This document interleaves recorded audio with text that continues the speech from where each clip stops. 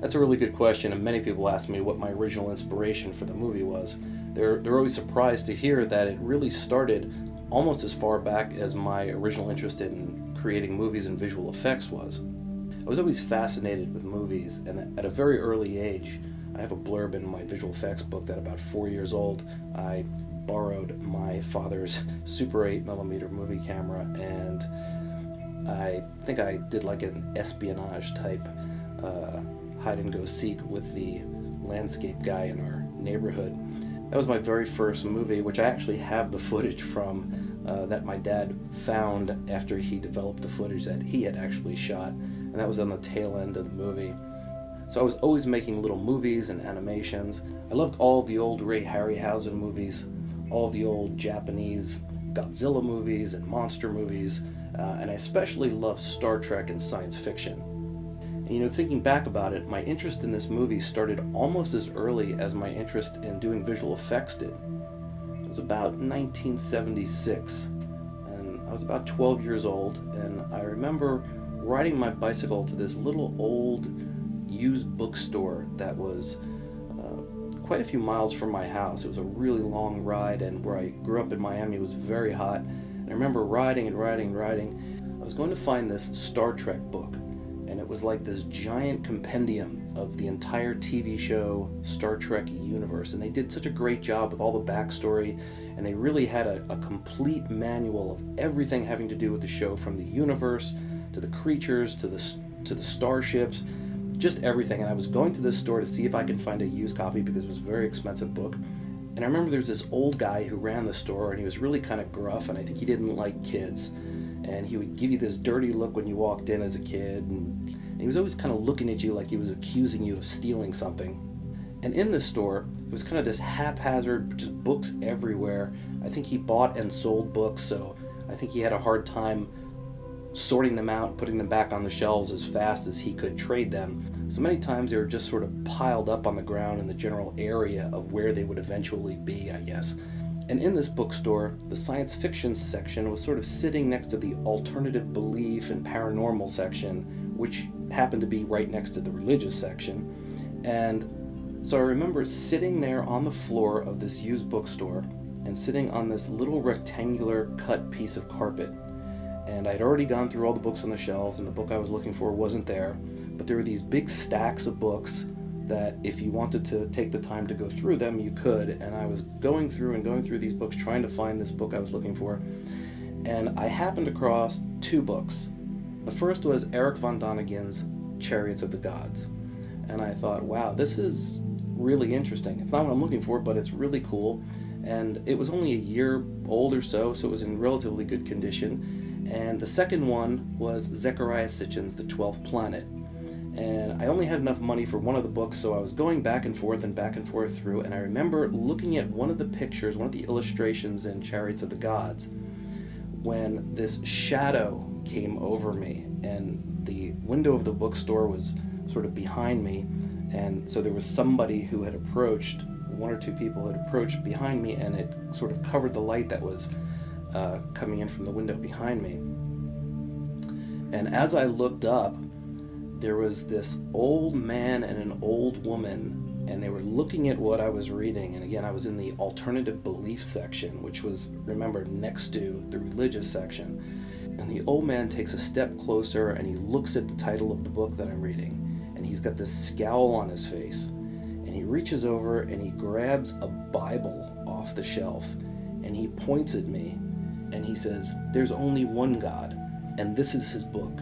And this is the only book that's important. This is the only book you need to be reading." And he hands me this Bible.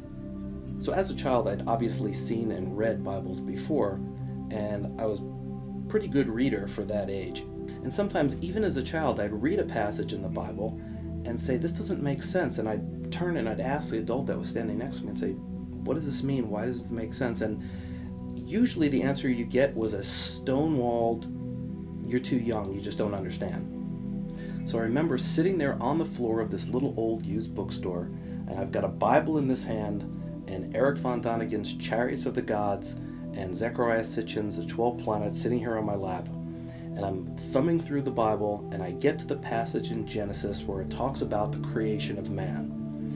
And this one passage just jumps out at me, and the passage reads, "And God said, let us create man in our image." And I read it again because it just didn't make sense. The old man, who was red in the face and angry and pointing at me and very determined and very sure of himself, had just told me there's only one God. You shouldn't be looking at this book named Chariots of the Gods that infers multiple gods. There's only one God. And I'm reading this passage again, and it said, let us create man in our image. And I thought, surely there's got to be something wrong. Maybe this is a misprint. Maybe there's an error. So I run over to the area, which is the religious section, which is right next to this alternative section, and I pull another Bible, and sure enough, it says the same thing. And I pull another, like I think it was a King James version, and it says the same thing. I pull a Jewish Bible, and it says the same thing. And I look down at Eric von Däniken's Chariots of the Gods, which is plural, and I'm looking through some of the things in Zechariah Sitchin's book, and I'm looking at this, and a light clicks, and I said, this is a great story. And I'm a really level-headed kind of person. I'm not one of these people who jumps into the, I'm not one of these tinfoil hat wearing evangelical, alien kind of people. But this, I know, is a great story. So I scoop up these two books, and I race to the front of the bookstore, and I think I haggled the deal with the cranky old man at the front, and I raced home, and I devoured these two books. And, it really wasn't that long after when Star Wars came out. And Star Wars was really the first movie that had some special effects. I had figured out from the old Ray Harryhausen movies how to do stop motion animation, so I was doing some of that, and some stop frame animation where I could make things appear and disappear. But seeing the first Star Wars really got my mind going into some effects that I had never seen before. Things like those lightsabers and laser beams, and these were things that were not as sophisticated in the past. These were some really new cutting-edge things, and that really was the spark for my love of visual effects. Special effects I'd always been very interested in from a very early age, but doing visual effects and optical effects, that became the spark. So the spark for visual effects and the spark for the creation of this movie really happened pretty much at the same time.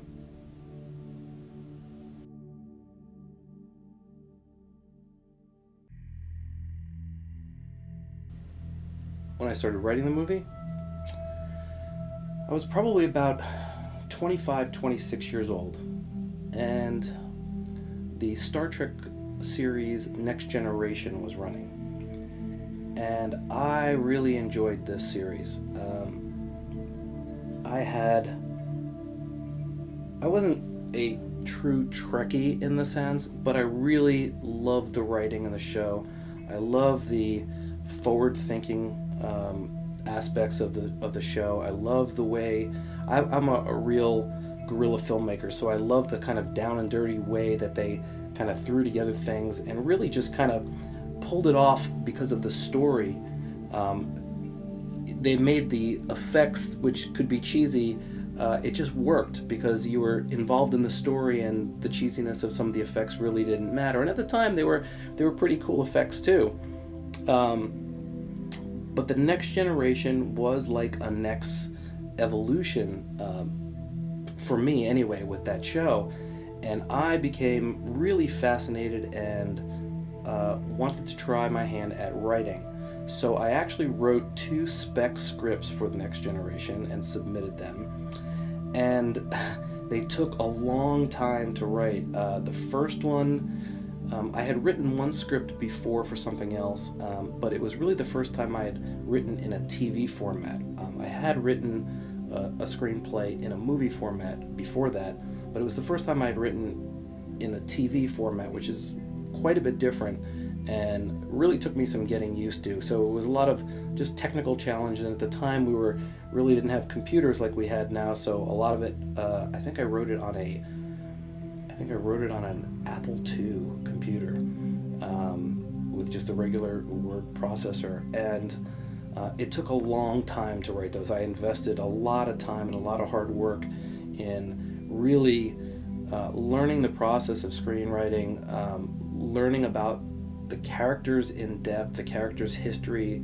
I knew that from an early age, and doing so much studying of the whole Star Trek universe, let's say, that they've got such an in-depth backstory to everything. I knew that it was really important and really critical to get the characters right, to get their histories right. And in fact, part of the screenplay that I really wanted to sort of bring was some aspects of the characters' histories that were written in their kind of their backstory journals, but really never shown too much. And I used those, and I had some really creative. I was always very interested in mixing real science with science fiction, and that may be a little bit redundant, but my thought was always to teach someone something that's real within the context of a science fiction. So it's not really science taken to that nth degree to where it's unreal anymore. We're taking very real concepts, very real scientific ideas, and presenting them in an extrapolated way in a science fiction where it's both interesting, entertaining, and also you sort of inadvertently learn something really cool in the process. So it took a lot of work to create those two scripts, and I had somebody in Paramount that I said would bring them to the production for me. And right after I finished the second one and submitted, I really was kind of doing them side by side, and I finished them within a few months of each other. And I submitted them both, and there's always like a sort of a backlog of waiting to hear back once they've been received and stamped in their system there. Just as I got the notice that the scripts were received, really like a week later came the notice that the whole series was canceled. I realized at that point that while screenwriting for something like of that kind of magnitude could be a really cool thing, I really made the decision at that point that anything I wrote from here on in would be my own and for my own production, and not for somebody else's production.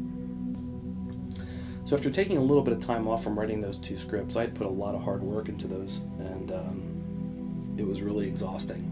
And I took a little bit of time off, and I made the decision that the next script I wrote was going to be for myself, and that I was going to eventually produce it. And I've always had a ton of ideas. I'm constantly writing down new ideas for new things, and but the one that always rose to the top was this idea about the Anunnaki.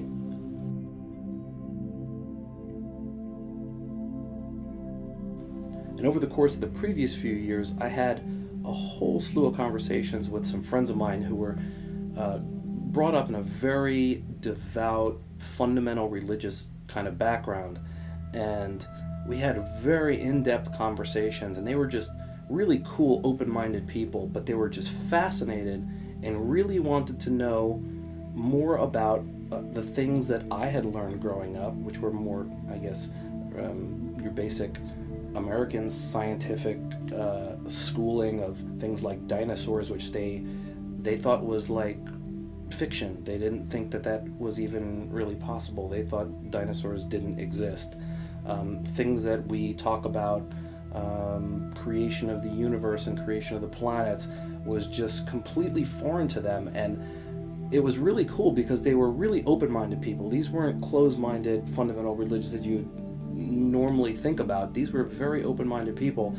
And likewise, I was very interested and curious about the things that they were brought up and taught. Things like the book of Revelations, and things that they were very knowledgeable in the scripture that they had learned.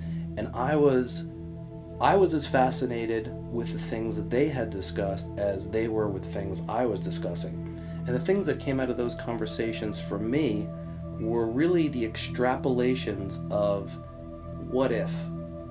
And from that, what I mean is, while they were trying to be open-minded to the ideas I was presenting to them, which was things like the dinosaurs and the planets and the way the solar system and the way the universe as we knew was perhaps formed, I was trying to be open-minded to the things that they were discussing regarding the book of Revelations and the book of Job, and things that they had learned that they believed to be true. And what was interesting was, rather than taking it from a controversial standpoint where we're butting heads, I try to take it from a, what if a person from that time, a person from thousands of years ago, was here in this time now? How would they describe things that they saw? And there were so many of them that it was just really quite astounding. But the first one that pops to mind was, they were talking about the apocalypse, and I'm probably going to get the way that this is said wrong, so don't hold me to this, but it was basically along the lines of a mountain coming out of the ocean, or a mountain coming out of the sea, and making the seas bitter and all the plants and animals die. And I don't really know why, but perhaps it's because I grew up in the 60s in Florida, and we had the Cuban Missile Crisis, and from the time I was very young, we learned about the, ducking your head and hiding under your desk, and they'd show you pictures of these Poseidon-type missiles coming out of submarines, and you would see this, what looked like a mountain coming out of the ocean, and then they would, of course, show the nuclear explosion and the passage that they were reading to me, which was, in my head, I'm playing these movies that I've seen when I was a little kid, and they're reading how fire will fall from the sky and it will scorch the fire will scorch the sky or something like that, and you're looking at this picture in your head, and you've all seen these nuclear bomb, nuclear explosion, horrifying images, and as they're talking about it, I'm seeing what I would say if I was back then and not knowing how to describe it then. And that really was, you could say, the water and the sunlight for the seeds that were planted when I was young. And so I think I was about 25, 26 years old when I started the first concept for the script, and it was originally entitled Revelations. And it wasn't so much of the telling of the book of Revelations, although it does still play a part even in this current movie, but it was more about the revelation of fitting the biblical stories and the stories of the Anunnaki and that revelation.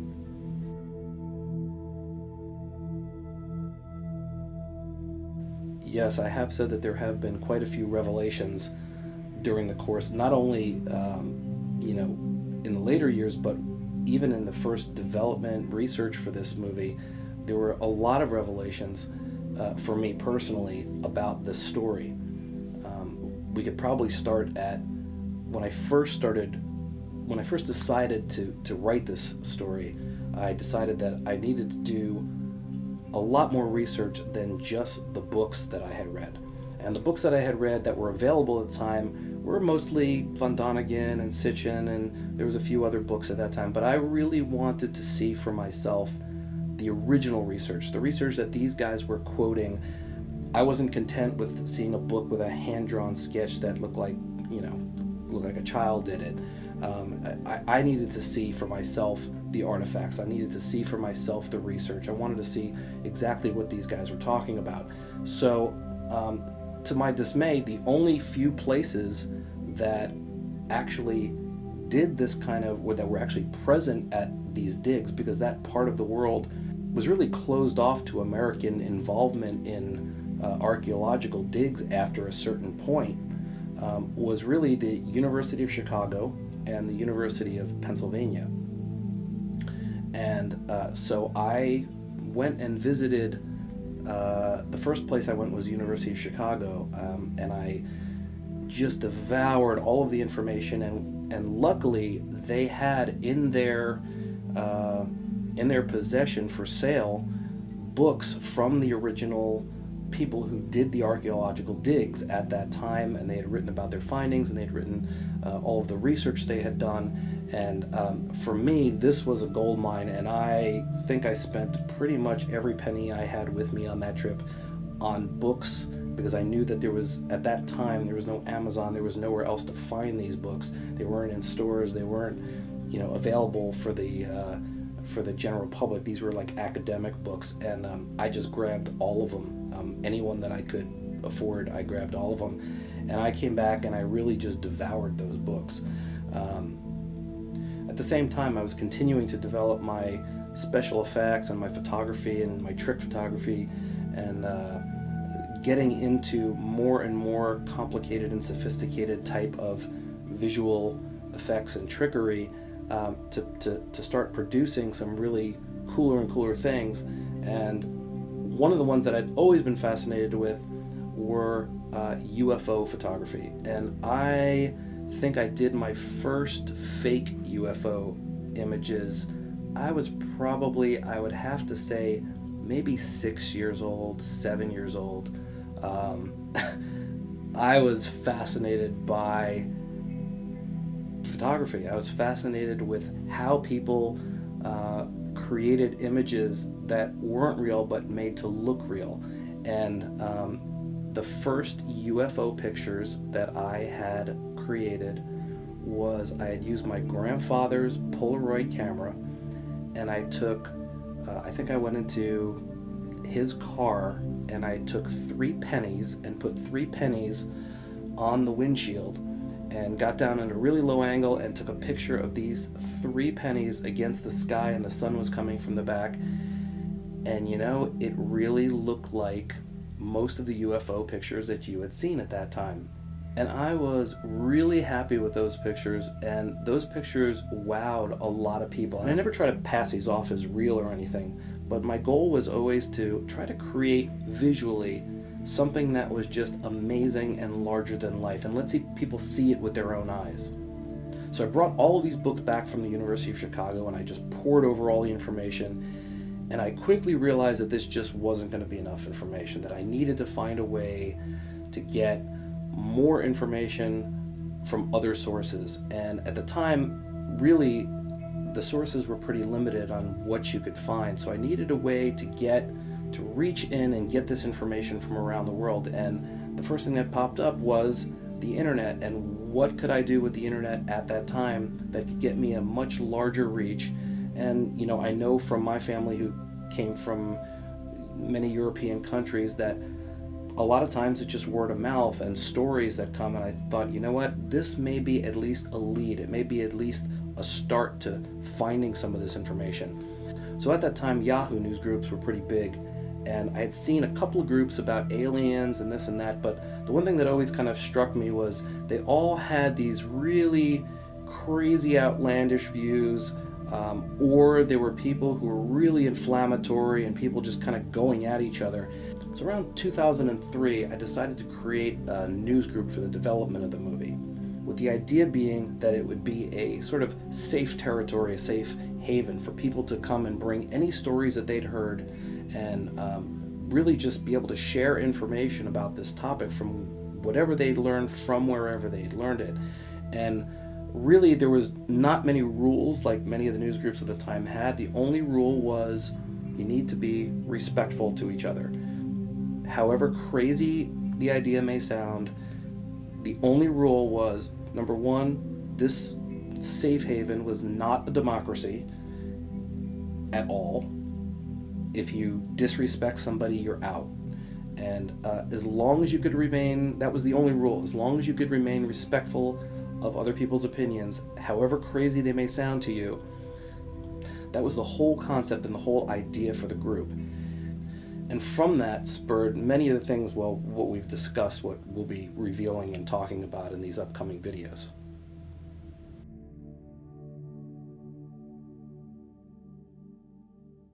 Okay, yeah, the first revelation.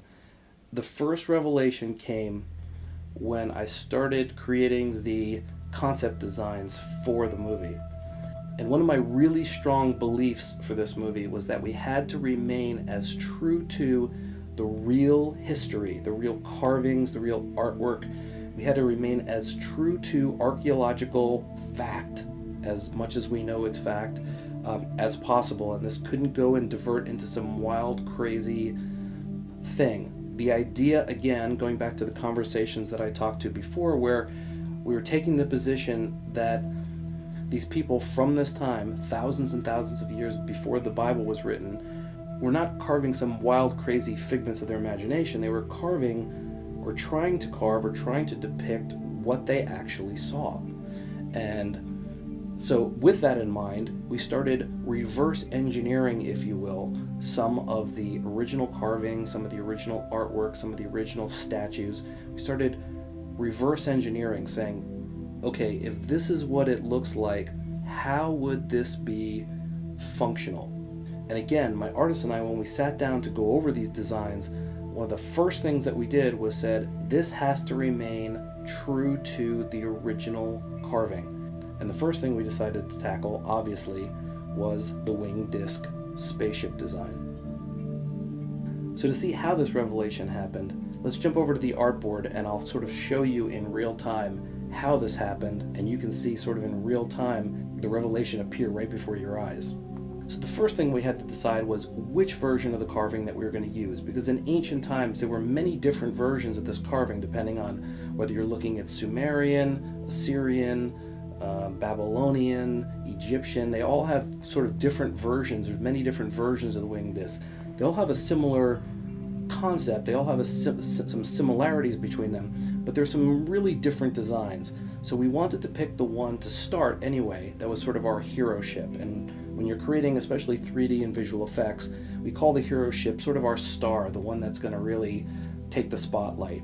So while there were many different designs, and actually the very first one we did was kind of wild, but I wanted one that was a little more plausible from a reverse engineering standpoint. So the one we decided to choose was this one. And when you're creating visual effects like this, we'll typically start by creating a 3D model. And to create a 3D model, you sort of need a little more information than just a flat-on, one-perspective drawing. And although in this case we really don't have a whole lot, so we had to look at many different ancient carvings, ancient drawings, and any kind of reference that we could dig up. But the main characteristics that you'll see with most of these depictions is that they all have a centralized disc, which is the sun disc, and then they'll all have some sort of wings.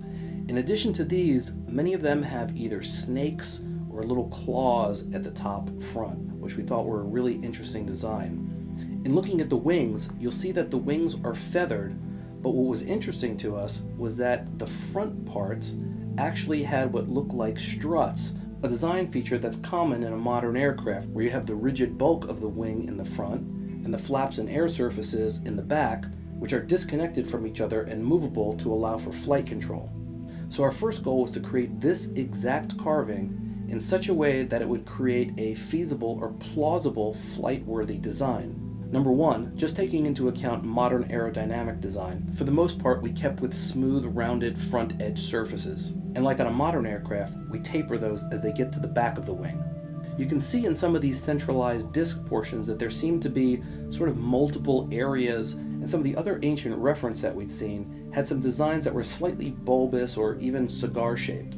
Again, we wanted to keep this as true to the original design as possible. So once we finished the first concept for the design, which looked pretty spot on the original carving, we noticed that the ancient carvings had many feather-like flight surfaces, all stacked next to each other, rather than the few flight surfaces like on a modern aircraft.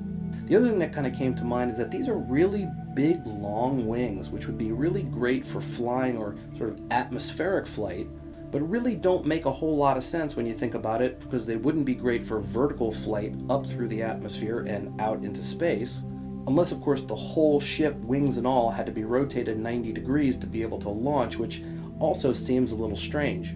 But then the obvious idea struck us. These feathers were very much like the blades of a fan that could fold together very easily. We also realized from some of the carvings that some of these front-end struts look like they're multi-sectioned. From this, we came up with the idea that perhaps the wings fold in at some point for different kinds of flight. We have many modern aircraft, such as fighter jets, that modify the wing position depending on what type of maneuver they're trying to do. So we went back to the drawing board and we recreated the entire design into a version where the front struts telescope out and pull the blades of the wing out from inside the ship, somewhat like a Chinese paper fan. This idea looked great, was very cool, and looked almost identical to the original ancient carving. But the first time we did the animation folding the wings in, the first revelation was staring us right in the face.